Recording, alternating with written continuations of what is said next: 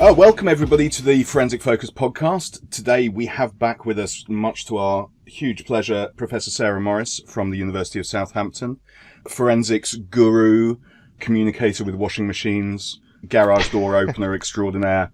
And today we're going to have a conversation with you that she and I have had separately. Jamie, who honestly, he does exist as the head of Forensic Focus, has had with Sarah, has had a conversation with her. Desi and I have talked about before, and is a massively important thing within the world as a whole. Mental health is something that is incredibly important, and we're taking recognition of far more now with concepts of PTSD for various types of trauma and things like that. But within digital forensics, in particular, although I'm quite sure that there's a fair few people in CrowdStrike who are suffering from PTSD at the moment as well. A friend of mine who I know listens occasionally did point out that he would rather have gone back and done a tour of Afghanistan again than dealt with the CrowdStrike day once more. That puts it into perspective for you. But we're going to talk about mental health within digital forensics, where we perceive there to be issues and gaps, what the implications of it are, and basically try and start to tackle a massive problem that's causing people to leave the industry. Far worse, causing people to take their lives. Both Sarah and I know of people who have unfortunately taken the ultimate irreversible decision that they can't deal with things anymore. And also how we deal with it ourselves, how we approach these things.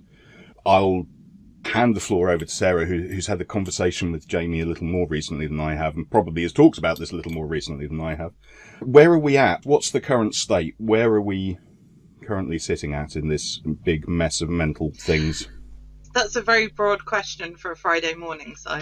Don't break the fourth wall. They don't know this is a Friday morning. Okay. I guess it depends who you talk to. In my job, I see a variety of different ranks, everyone from those on the ground all the way up, and everybody seems to have very different views on this problem. And I think that comes back to the central thing that most organisations have around communication and differing priorities at different levels.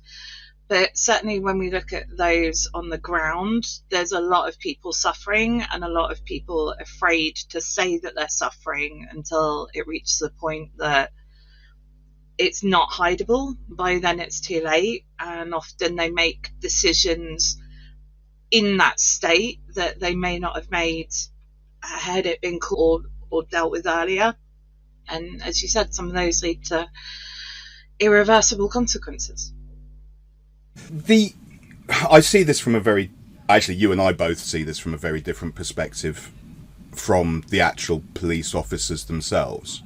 There's an implication, as far as I can tell, that the police provide mental health services to officers. Is that not true? I don't want to pull you into a slanderous discussion that you may have to refute. Is it perhaps less than adequate, or are we perhaps getting the wrong impression from our side of the table? Am I getting the wrong impression? So there's definitely support out there. There's some phenomenal organisations and some phenomenal in-service support, but it's more generic, as I understand it, across policing. So there's things like Oscar Kilo, which is a fantastic source of support. There is the COPS charity for families of police where they have lost their life in the line of duty or through suicide. And then there's other various mental health initiatives and support, some of those general employee assistance and some more police specific. I think part of the problem is that there isn't anything tailored for digital forensic analysts, and a lot of the people that I know personally are afraid to reach out and use these resources or don't know how to use these resources. I think it's an interesting one because I remember going through my security clearance the first time. Actually, Des, you'll have had the same with your security clearance, is that there's a number of questions relating to: have you suffered from depression? Have you had mental problems? How's your drinking levels? All sorts of things like that. And therefore there's, I think, a general fear that when we are in a position like having clearance, which the police officers do hold to a certain degree, that turning up and going, you know what, I'm depressed, I'm drinking too much, I'm not sleeping, is not going to result in the level of care that they need, but actually is going to mean that they become unemployed. And that, of course, just adds to stress. Is that sort of the impression you get as well? Yeah, very much from those that I work with. And you only have to look at social media, anonymous policing accounts on X, where they talk about the fact that it's a culture of not reporting, and that's certainly what I'm seeing on the ground, that they're afraid to admit there's a problem, and they're encouraged to hide the problem, or certainly that's how they perceive it to be. I can say certainly in this country we're suffering from a deficit of police officers anyway, and there's definitely a issue with that camaraderie whereby you don't want to leave your friends in the lurch. It's the same in the military, and it's that same attitude. Actually, funnily enough, it's pretty much the same attitude anywhere where you have a team which works well together and you're understaffed, whether that's a university or from my own experience. I remember I was at the university I was at previously, there was a reasonably large exodus of staff, but I was the first one to go, and trust me, you don't want to call it survivor guilt, but the concern that you're the first one to go and you're leaving others. Yes, I was the first lemming that jumped off the cliff, but the fact is that there is, and you do feel that there's this, you're here to do a job, especially in service industries where you're here to deliver to the public, to students, to your country. That feeling to step away from it comes with a lot of implications about your self-worth, what your values are as well. And therefore, the level of support needs to be there in a way that makes it non-judgmental, but also that there's some capacity for backfill. Because without backfilling roles, it, like you said, it just puts more pressure onto other people. So that's a real issue. I think to add into this conversation, coming from the military experience, so there was a Royal Commission in 2021, I think, into veteran suicide for the ADF, so the Australian Defence Force. And it's a big problem. Statistics are you are more likely to commit suicide within the Defence Force than you are from the general public because of the kind of work that you do. You're isolated from family and friends. And it's still an ongoing issue these days. And the whole thing of there's less and less people, and we're trying to do more with less people as well. So your work, like, you don't want to step away from work to recover because you're feeling that pressure of the camaraderie that you do have in the military.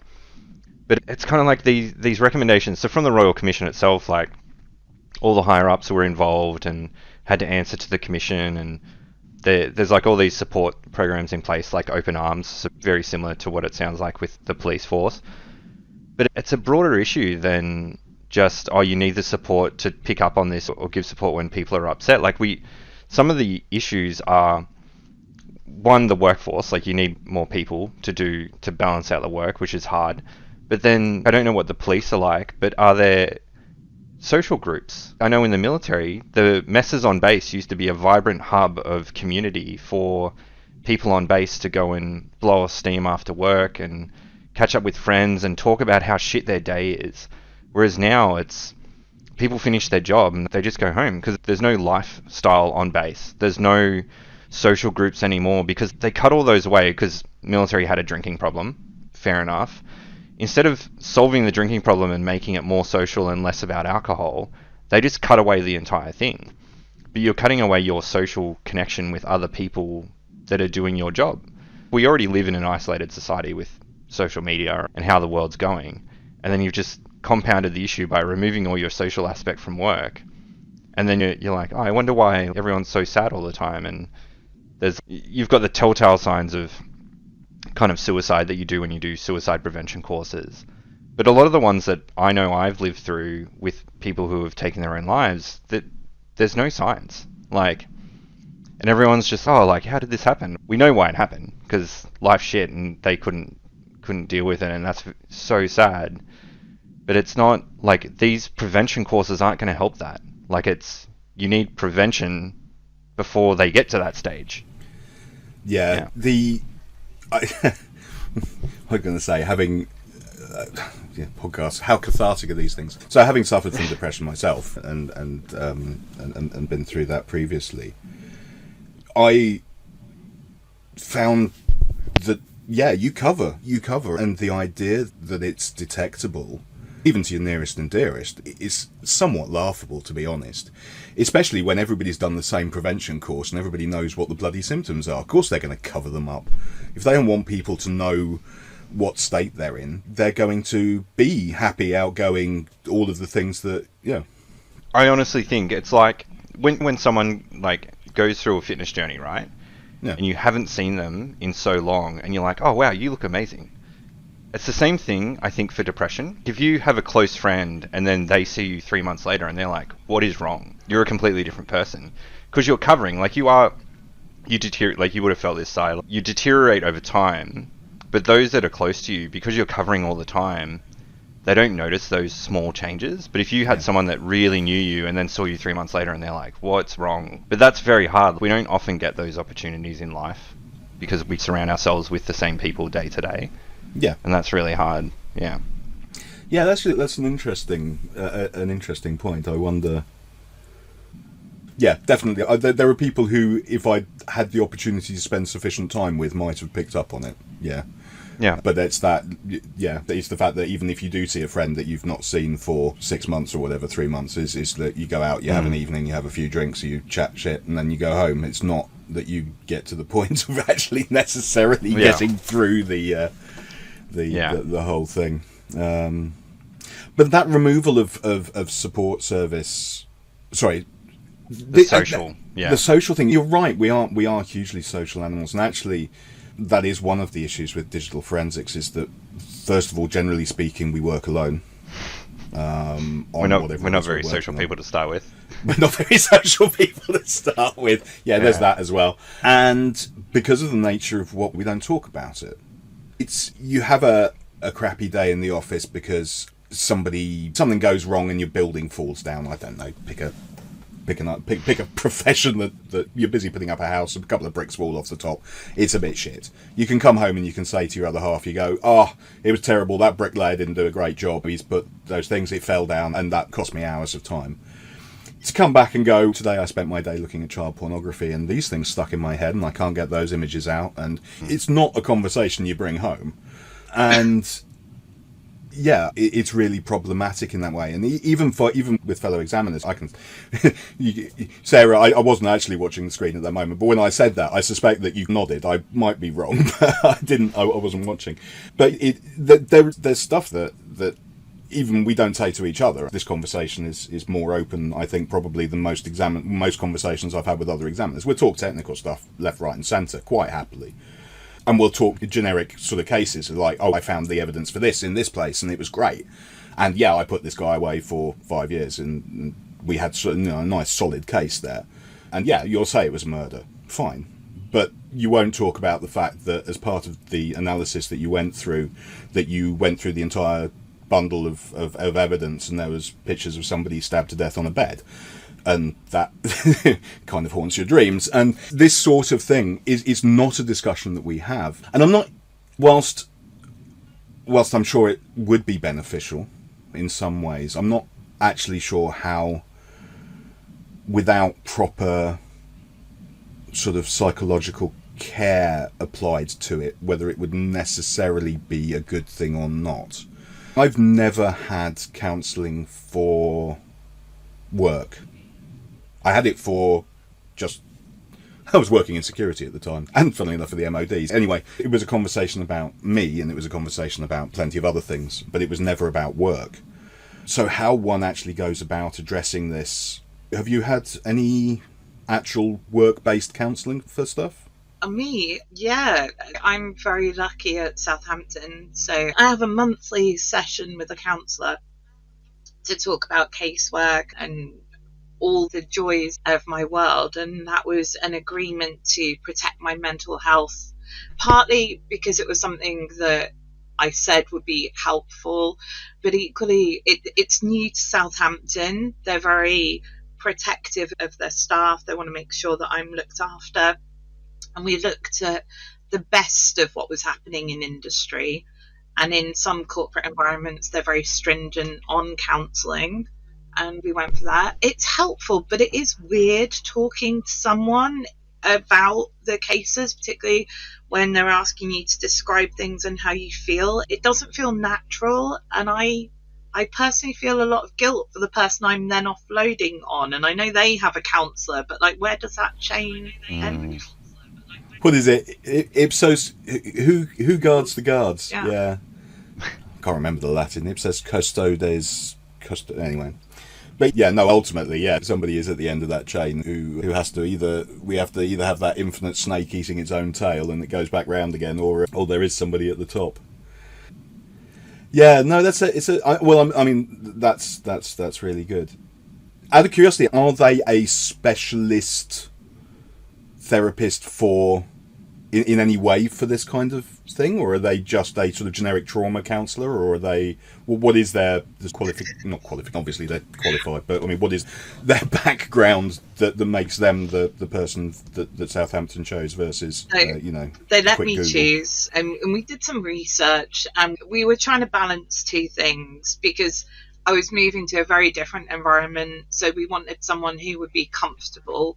So we were trying to find this nugget of gold of a person who had some forensic experience or some legal practice experience and could help with that side, but also neurodiverse. And we found a counsellor who works with police, military, other people in these fields, but is also a specialist in neurodiversity. And they are wonderful. I don't imagine they're cheap, which I think is a big problem, particularly for SMEs and defence people. So, yeah. This is the other side of it, which is police have a budget. Southampton as a university has a budget. Anything I do comes out of what I loosely like to term profit, but it isn't really. my bottom line, anyway. And I assume that they are charging similar rates to other sort of psychological professionals, and therefore are considerably more hourly than legal aid pays. So yes, it is a thing. And to be honest, it's not, from a defence perspective, it's not something that's even advertised, discussed.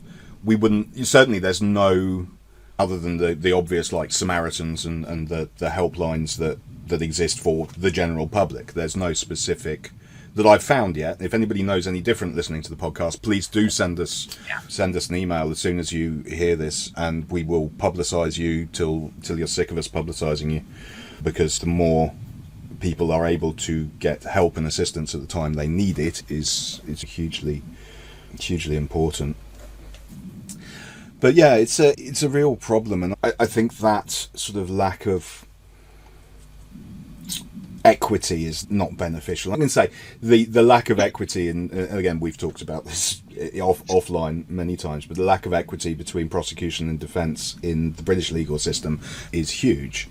I've recently had to argue several times to be given evidence because there's a right for the prosecution to decide what's relevant and what's not, and quite often it's the lawyer making that decision and not an expert, which first of all is the wrong thing, and second of all, and this is not a complaint, but they inherently have, we talk about inherent and subconscious bias. If you don't think that something is relevant because you haven't used it to build your case, that doesn't mean that it's irrelevant for refuting your case. It just means that you haven't used it and therefore it's of less value. And I think so the disparity between prosecution and defence is a constant issue.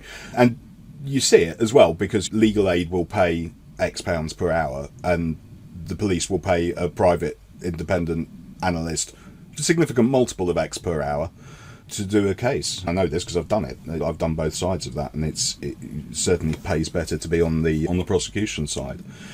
And this fundamentally undermines the legal system, and we're diverting massively from mental health. Although, to be honest, it's stress. It's unnecessary pressure and difficulty in order to get a job done. The amount of defence experts is small anyway.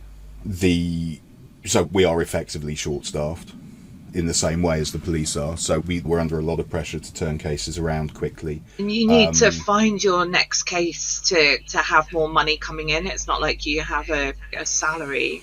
Yeah. And then the timescales are set. So the police will have as long as they want to look at the evidence, and then they'll launch the prosecution and do the charging. And then the court date is set, and we have to work to that court date. Now, that could be 3 weeks in the future. Actually, let's be realistic. In this country, it's about 3 years in the future. That's then a finite amount of time. They could have had this evidence for the last 4 or 5 years, and then all of a sudden it's coming to trial in a couple of weeks.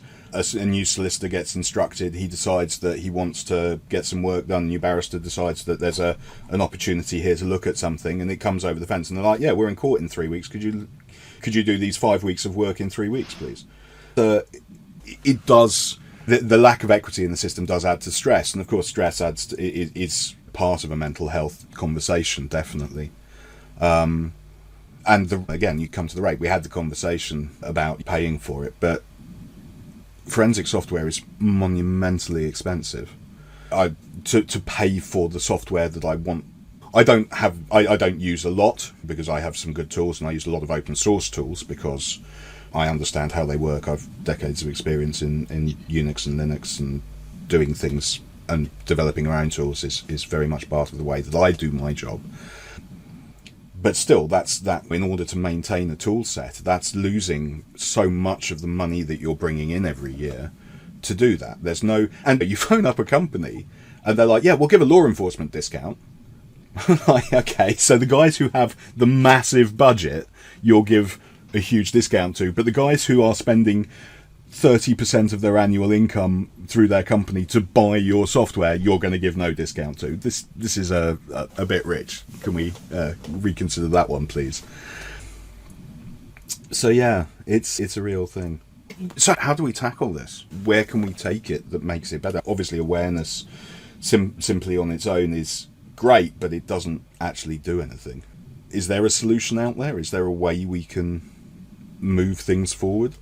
I was wondering, similar to when I did engineering, I've had a problem with this from my degree, is I don't think they taught ethics very well. I think it was in one of my mechanical subjects, I did 2 lessons on ethics. Now, if you do a medical degree, you cover ethics all the time, you essentially do a full subject on ethics. You've got the Hippocratic Oath of not cause undue harm to patients kind of thing. Now, you're a medical professional. If you make a mistake, you kill one person. If you're an engineer building a bridge, you make a mistake, you kill hundreds. Now, I would have thought in a degree that where you've got that potential that you would do a course on ethics that covers all of that, and yeah, it really hammers home the impact that you can have on society when you're building things. So I wonder, similar to that vein, and I fully think that it should be in, but taking from the point of the medical degrees, do we need to start educating to create this community and even the open communication between forensic analysts or people who are just in careers that are probably going to be more isolated, so this is any kind of computer-based degree, and start opening that conversation and be like, you're all probably going to be depressed at some point in your career, and you're all going to have friends who are going to go through this, and this is the reality. There might not be signs, but try and almost force that community and force the communication between people and make people have hard conversations in a safer place, being a educational institution. And instead of we have that one day a year. I don't know whether the UK does it. Do you guys do the Are You OK Day? Where it's one day a year you make... In Australia, we have Are You OK Day, which is essentially one day a year where we make cupcakes and we talk about mental health, which is great and all. Really good idea behind it, but it's almost a joke in the sense of we only talk about mental health one day a year, and the rest of it's 364 days a year. Don't worry about it.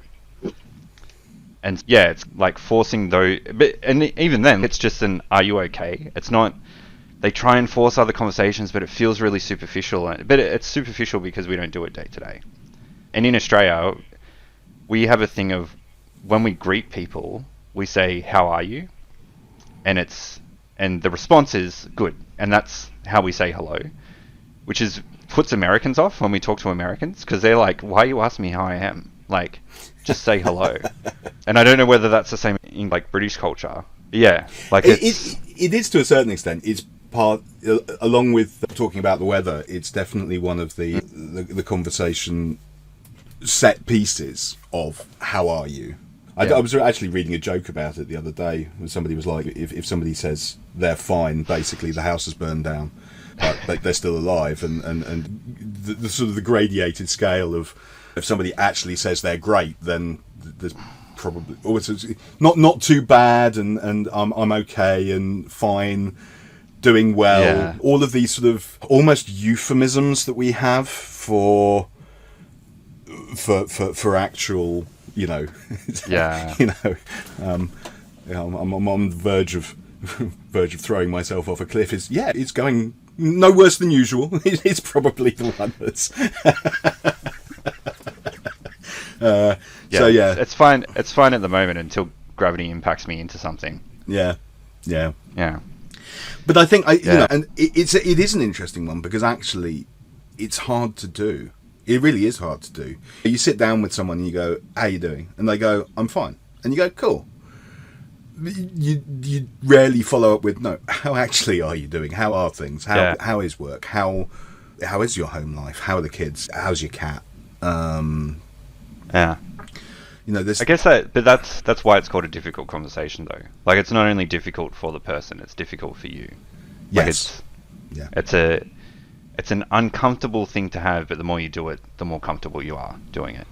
Yes. Yeah. And I think starting in a safe space like an educational institution, particularly a tertiary one, where you're in that last phase of personal growth, big opportunity for personal growth in your life is university. Because once you leave there, you become more static, you become more difficult to change as a person. It's definitely possible, but yeah, uni is kind of like that last bastion of safety and growth kind of thing, finding your feet. But it would take someone to design the course and make sure that you've trained instructors and lecturers correctly on how to deliver that type of content. I think whether that's going to be invested in is another thing.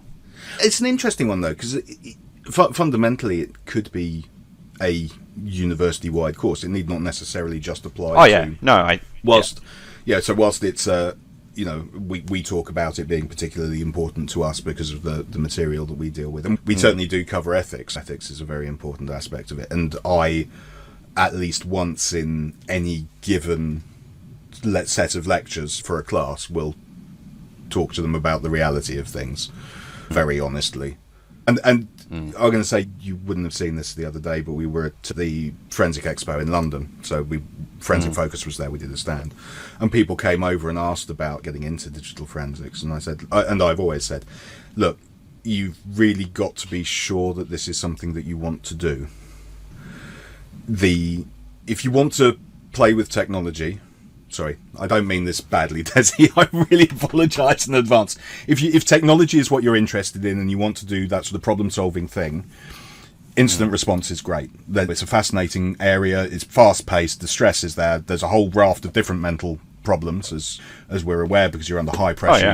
You've got 24 by 7 on call. You've got very demanding customers. You may well, depending upon where you're working, have quite high-profile data sets that you're looking after, whether that's patient data or banking data or that kind of potentially in military data, that kind of stuff. It's not without its problems, but fundamentally you're not exposing yourself to traumatic material on a day-to-day basis, and therefore if you want to consider this as a career option, you need to realistically know that you are going to come into this and see some things that will pop up in your mind unbidden at a later date when you're thinking about something entirely different, and may well haunt you for a couple of weeks after a case. Only that long? You will dream about it, and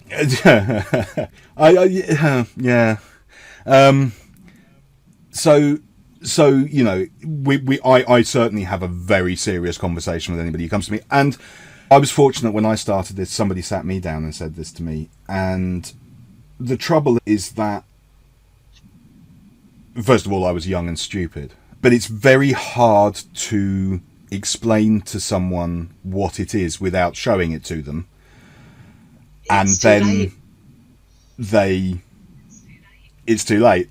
And this is actually, funny enough, I had a conversation with a police officer about this, and they restructured their training.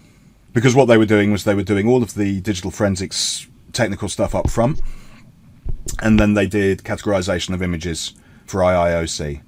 And what they did was they found that they got to the second lecture in IIOC and 50% of the class had quit. And then they'd wasted huge amounts of money and time on training staff up to a certain standard before doing this lecture. So they now do the IIOC categorization lecture at first. Because, and I don't mean it badly, but they weed out 50% of the candidates and don't waste time on them or money on them going forward. But the thing is that even if you wanted to go and do corporate forensics, it still comes up. It's not avoidable. It still comes up in incident response as well. Like you come across, like I've been in cases before where you come across child exploitation material, and it's one of those things that there needs to be more training and protection around it, because it's always something that we've talked about but never actually actioned in any company that I worked for. And even now, like I work in an insider threat company, so it's more, the data is closer to people. We do find a lot of stuff, and we're fortunate that our platform, we don't do inspection, so it's only metadata. And so if we find something, we pass it off. So we never actually see the content, which is good. That's always passed off to policing. But in incident response, like you have direct access to endpoints. And if you you're tracking, maybe you're doing like corporate fraud or something, and the person that you happen to be investigating, they're also into child exploitation material.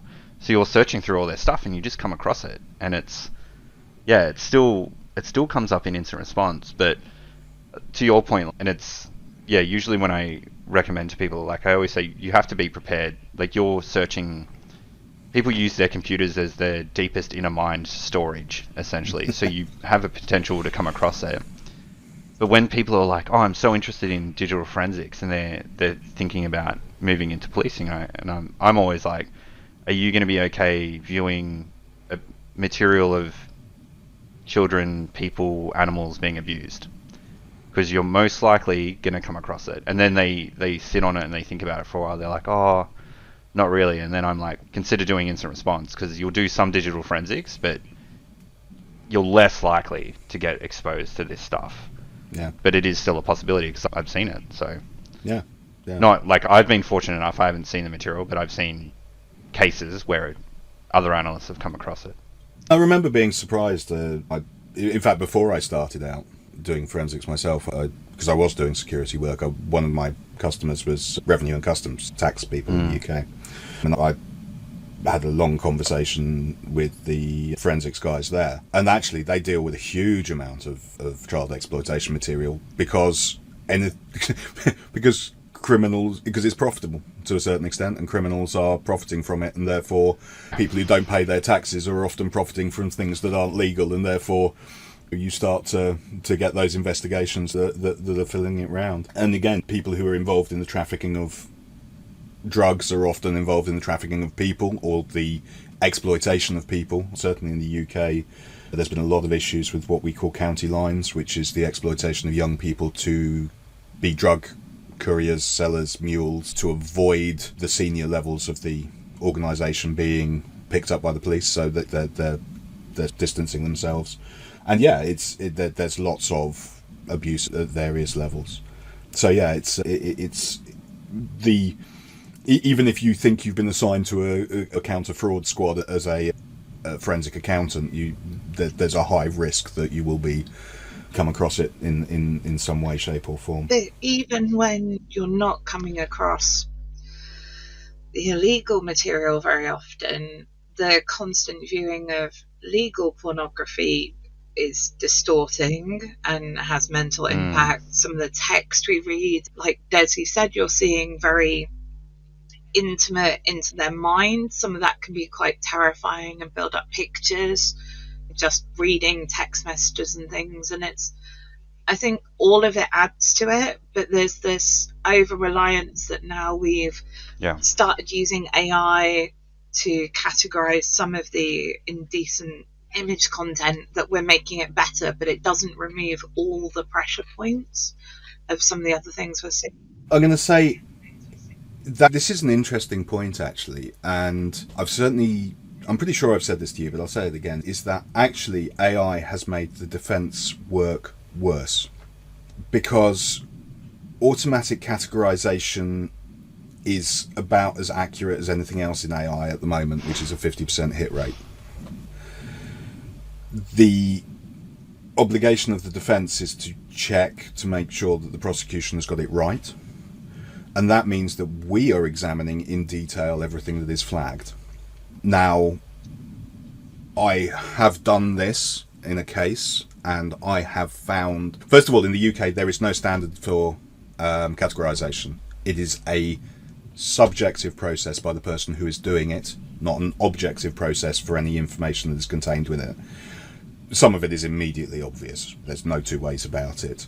Where you are looking at the real issues is at the top end of the age range where you're questionable.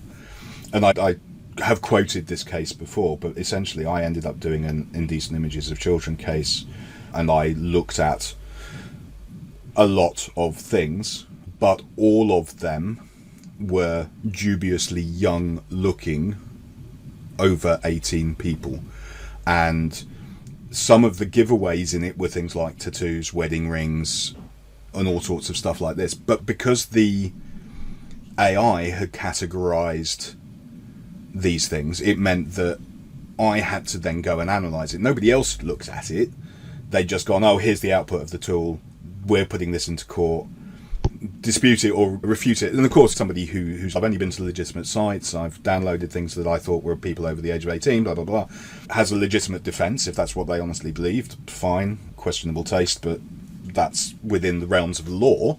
And then it's up to the defense to prove that. So we're picking up the pain point of that process to make that happen. And that's where I have a huge problem with AI, because it's not, first of all, you're talking about a subjective process of something that has no subjective opinion. And you're then talking about something that human beings get wrong frequently enough. So I'd also throw in here, even if it does get more accurate and it's sifting through the data, because we've had conversations with vendors on this podcast before that have software that go through and categorize this type of data. And I remember them talking about, so if it exists in the data set, or if it's like a picture match or it's close enough or whatever, that gives you a fairly high confidence that it's, like, if it is CSAM, that's what it hits on. But it doesn't remove the fact that you're still generating new content, like content still coming out because people are still doing this, like we haven't caught all the people making this. And that still needs validation. So while it may alleviate some of the initial groundwork in figuring out what may be CSAM and what's not, since there's always going to be new content, it just means analysts are going to be moving through more cases faster. So it's actually not alleviating how much a particular analyst is seeing. It's just helping them go through content faster for their cases. So the analysts themselves still have that same problem of they're still seeing the same amount of data. It's just the backlog of cases might be slowly getting shorter and then gets more and more cases in the back end. Yeah, like AI's helping in a way, but not in the way I think that we would hope, that it's moving the problem away from someone who may be affected by this. I think the other issue with the AI categorization is, as you pointed out, a lot of these tools come with a degree of confidence in their answer. I was on an Oxygen training course, which I've written up and will appear on the Forensic Focus website shortly as a review of the training course.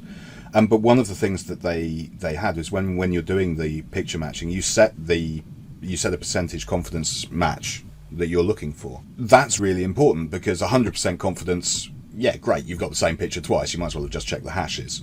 A 10% confidence, you could have a picture of a black and white cat and a picture of a panda, and it would still tell you that it's a... But this requires quite a deep understanding of the way that AI works, and certainly statistical confidence as a general principle. And I'm not entirely sure that's being addressed yet. I'm not even sure where you would address it. In the Oxygen course, it was brought up as part of the training, so that was great. It was a specific tool training, so we had specific training on that aspect. But it's not going to be part of a digital forensics course because we currently don't talk about AI because we have no confidence in it, and therefore we don't really want to encourage its use. It's a mathematical statistics course. That's not necessarily part of a forensics course. I can't imagine it's part of any training that the police would give as part of a forensic analyst's thing. I may be wrong. So we're talking about bringing an interesting scientific methodology into court that is not properly understood by the people who are bringing it into court. And there will be challenges against that in and of its own right. In the same way as actually things like fingerprints and DNA are statistical probabilities, not certainties. And the trouble is that digital evidence is often presented as a certainty, which, given that I can't make a computer do the same thing twice in a row, is highly amusing to me. But this is a misconception, is that something there is an absolute certainty, and therefore the fait accompli, it's all done and dusted. And that lack of understanding around the use of AI is to me a bit of a red flag. Since I started, I've been anti-push button forensics, much as I'm anti-push button security as well, because if you don't understand what a firewall is doing, you really shouldn't be configuring one. There is that. So yeah, AI, I think, has, to go back to the topic we're actually talking about, AI has potential to have a part to play, but it is not a solution in and of itself, I think is where we're at.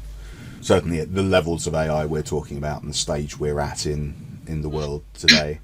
So doesn't the fact that there's this perception that it will solve the issue, like it will solve all the world's issues, AI, but it's that communication that people who aren't on the ground doing digital forensics, who don't have that experience, are trying to help us and trying to come up with solutions that don't actually fit the needs of those on the ground and aren't helping in the way that they need. I worked for an organisation once, and I won't name it because it would be very embarrassing to them, but they were looking for a particular software security solution at the time. And it turns out that the managing director of one company knew the managing director of another company, and therefore the security solution magically got approved and was installed, or we were told it was going to be installed. We reviewed it as a security team, and we went, yeah, you don't want to do that. This is shocking. This is absolutely bloody terrible. I really wouldn't do that if I were you. And they were like, no, the decision's already been made. We've already signed a multi-million-pound contract. It's already going. You just implement it. And you're like, you know what, I'd like to be paid this month, I'll do it, that's fine. I told you so, I've got it in writing, it's up to you. Several months after I left, it turns out that this security product really wasn't very good. And there was a global breach of that security product, and yeah, it hit the press left, right and centre, and they spent millions of pounds cleaning it up. Probably more millions of pounds than they spent on the contract in the first place. So the issue is that the people at the top end are not listening to the people at the bottom end. The people who are making the decisions are not the same people who are actually experienced in what it is that we're talking about. Whether that's for AI or for mental health services, or in fact even the impacts of mental health.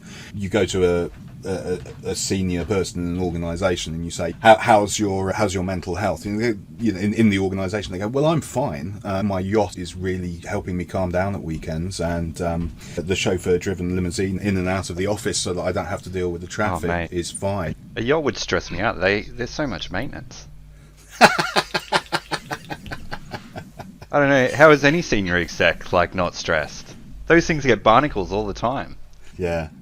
But their perception of reality is very different to the person at the bottom.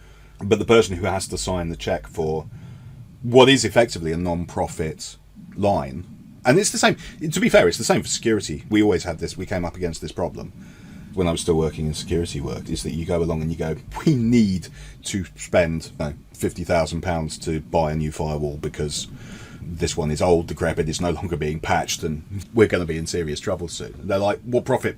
How much are we going to make profit off this?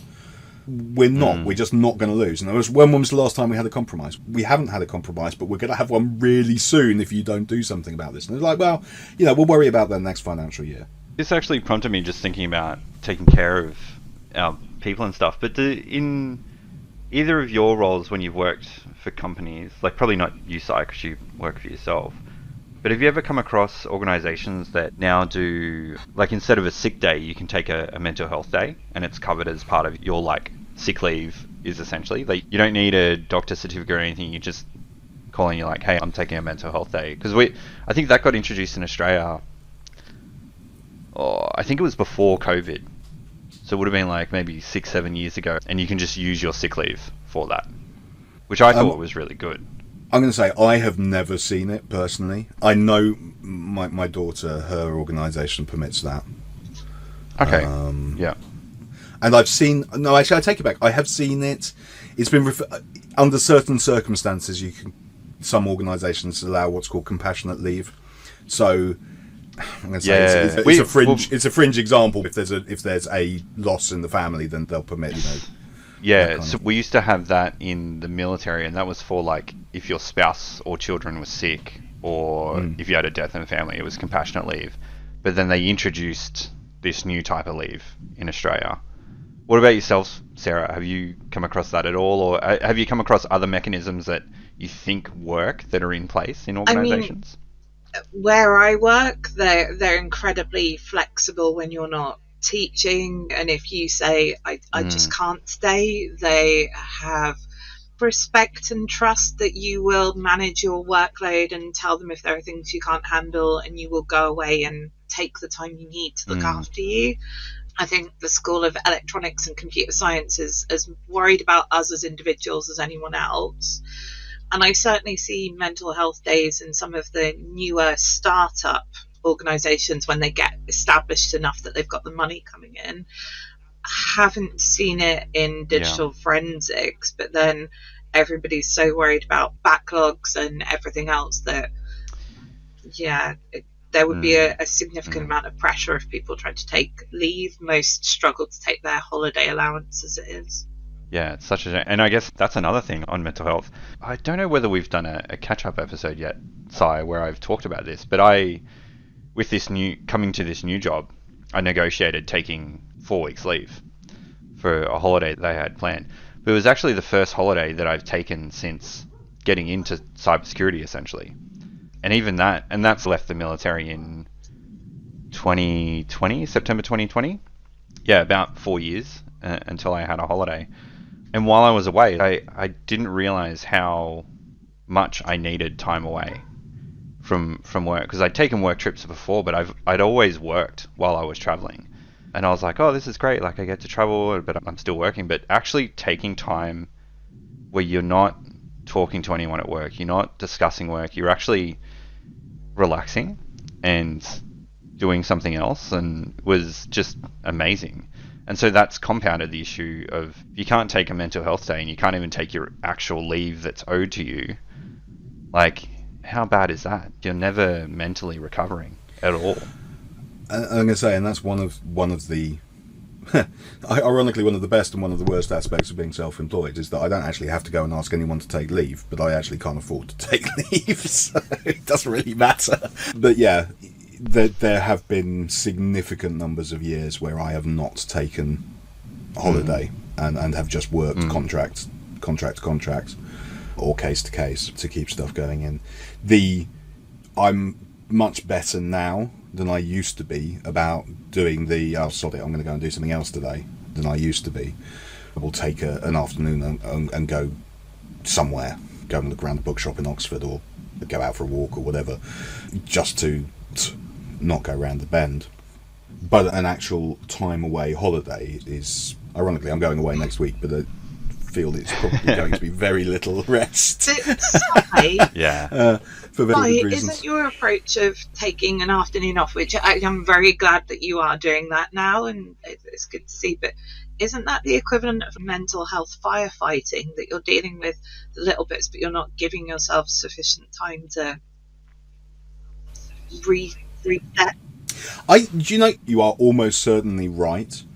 Yes. I think an honest answer to that is yes. It's a pressure cooker steam release valve, isn't it? We're not quite at the bomb exploding stage, but it doesn't actually cool down the rest of the vessel in terms of bringing it back to room temperature. So in a lot of ways, no, it is a coping mechanism rather than a solution in that regard. Well, there are plans.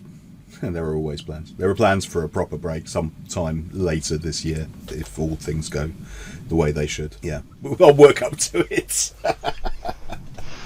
But yeah, going back to the point is that if the people who are in full-time employment can't take a break because they can't, they're understaffed and they just can't get a leave. If people who are self-employed can't do it because the workload is to a certain amount, and also because the rates are not high enough that we actually have to keep working in order to keep paying the bills, we're in a scenario whereby nobody's getting a break, and the ultimate problem will be the entire industry folds, because if enough people go, you know what, I could be doing something else that is less stressful and as profitable and gives them the opportunity to go and take time off, then perhaps we're going to see a mass exodus. We talked about this back with Krista a couple of years ago now, but it was actually post-COVID. We saw quite a large number of people go, actually, you know what, I don't really like doing what it was that I was doing, and I think this is a time for me to reassess my life, and therefore I'm going to do something else. And we saw the IT industry lose a lot of talented people, or at least switch jobs. There was quite an interesting rearrangement of staffing, where people were looking for that better work-life balance that they had discovered could exist and can be done remotely, and all sorts of things. One of the positive outcomes of COVID is that we discovered that actually finally we do have technology that enables us to talk to people in different countries at different times of day, and it doesn't have to be that we're all dragging ourselves into an office and sitting behind a desk for 9 hours a day. But yeah, I think we need to be careful to not push ourselves as an industry beyond the point of no return. Because the trouble is that, as we've said, the more people leave, the higher the workload will get, the less people want to join it, because it's not going to be a thing. And I was talking to someone else about a different industry, but we talk about probation periods when people join an organisation. But what we actually all forget is that a probation period works both ways. The amount of notice you have to give to leave is very small, and the amount of notice they have to give you to leave is very small. But people in this particular industry were walking in, looking around at this company and going, actually, you know what, I don't like the way this is run, I don't believe this is being run well, thank you very much, here's my notice, and walks out 2 weeks later. I've seen that a lot in the digital forensics teams for big consultancy companies. I see that quite a lot with friends who have a lot of experience in DF, and they go to a consulting company and they walk in, they're like, this is not what I want, and they leave within a week. Yeah, happens all the time. Yeah, so I think that's going to be something, if we are really not treading carefully, that we run the risk of hitting. And again, within this country, there's been the implementation of the ISO, we've talked about this again, but the ISO 17025 standards, which are putting a lot of pressure on both commercial labs and independents for a degree of compliance and stuff, which A, you're talking about another £6,000 hit to your profit margins, such as they are, and B, a huge amount of additional paperwork, which you're not earning money for as well. But at the end of the day, there will be a point whereby you're going to end up with 3 labs that have accreditation, none of the other ones will, all of the work will go to them, they'll do a shoddy job on it because they don't have enough staff, and the whole system will collapse. That's all right. But they've got AI. Well, it's all right. We've got AI, and again, but we're talking about this. We've perhaps mooted that this is an issue that is not recognised by the people at the top, who think that their fantastic solutions are all doing amazing things and making the world a much better place. Because look, these people have got their accreditation now. And I had a conversation with those people about their accreditation. Yeah, it's for about one thing that we do, and the rest of it's still unaccredited. It's not quite the shiny gold panacea that's being talked about. But I think it's also it goes back to having those difficult conversations amongst our peers and making sure people are okay. Because on the point about the exodus of people moving away from certain jobs because they realize there's a better work balance elsewhere, that may not happen in today's current climate. And to your point about paying more for accreditation stuff, like cost of living is woeful for everyone, like across the world at the moment. And the option and, I guess, risk of moving jobs is outweighing potentially the mental health deficit that people are getting in their current job. And so they may decide, because they can't take that risk, to stay in a role that is potentially not great for their mental health. And we may see a rise of suicides as a direct, or maybe like an impact of that, because people are stretching themselves too much in one role before actually making that decision to move. And again, to the people that are making these policies, like when I think about, I don't know whether the police in the UK have done something like this, but the Royal Commission into looking at veteran suicide over here, the people that are looking at implementing these changes and they're making the decisions, they're affected by their own biases. And even though the evidence is in front of them, they take it from, they came from where these people are now, the lower ranks, and they're now in this position. They're like, oh, when I was a lower rank, this wasn't an issue. But when they went through, it was completely different time. They're not in that position anymore. They're not earning that small amount of money. They're not, like, their social clubs that are non-existent anymore are no longer there. But they had them when they were there, and they might have their social clubs now because they have all their friends. They're like got a different lifestyle than they did then.